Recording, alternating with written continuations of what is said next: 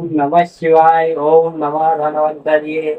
भगवान धन्वंतरि जी आपको पूर्ण आरोग्यता की प्राप्ति कराए, इस शुभकामनाओं के साथ मैं पंकज स्वामी जी आज आपके सामने एक बालों को काला करने का एक अच्छी नुस्खा लेके आया हूँ।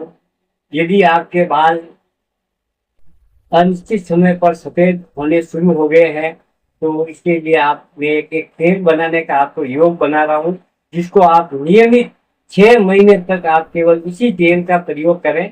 आप कोई दूसरे तेल का प्रयोग न करें। निस्संदेह आपके बाल वापस पुनः जड़ से काले आने शुरू हो जाएंगे। तो अब चलते हैं तेल के बनाने के नुस्खे की तरफ। और सबसे पहली बात मैं ये बता देना चाहता हूँ कि इस तेल में किसी भी प्रकार की खुशबू नहीं होती।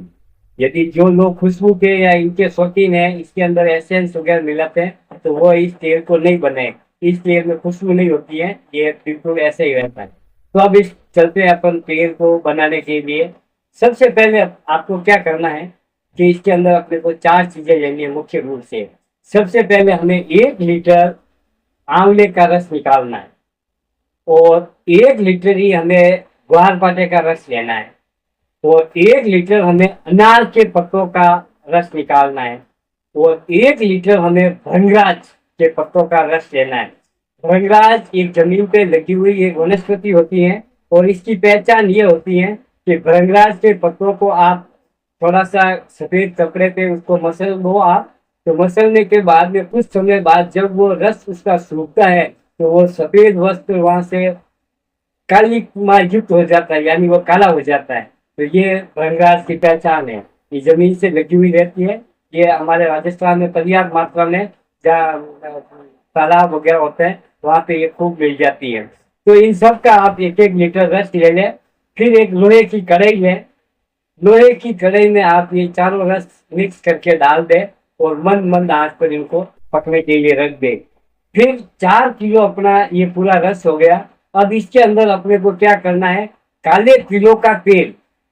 काले तिलों का तेल है जो घानी से निकाला हुआ ओरिजिनल हो, वो 1 लीटर लेना है।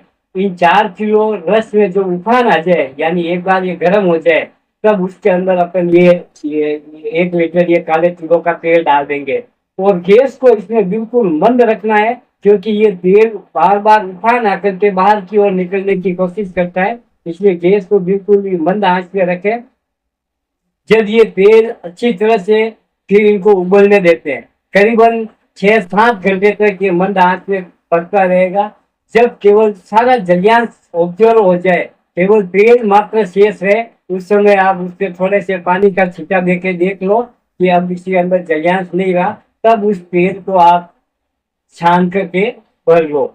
उस तेल के अंदर आपको 10 ग्राम पुदीने के फूल, 10 ग्राम अजवाइन के फूल और 10 ग्राम ही भीमसेनी का फूल, ये इसके अंदर हमें ठंडा होने के बाद में पीस करके मिलाना है।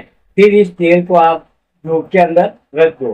अब इस तेल को आपको नियमित स्नान करने के बाद में बालों को सुखा करके बालों की जड़ों तक केवल 6 महीने तक नियमित आप यही तेल लगे। इसके अलावा कोई किसी मुंह से किसी प्रकार का तेल नहीं लगे। इससे आपके बाल काले तो होंगे ही होंगे, इसके अलावा बालों को पूर्ण पोषण मिलेगा और जो बाल झड़ रहे हैं वो भी झड़ना बंद हो जाएंगे।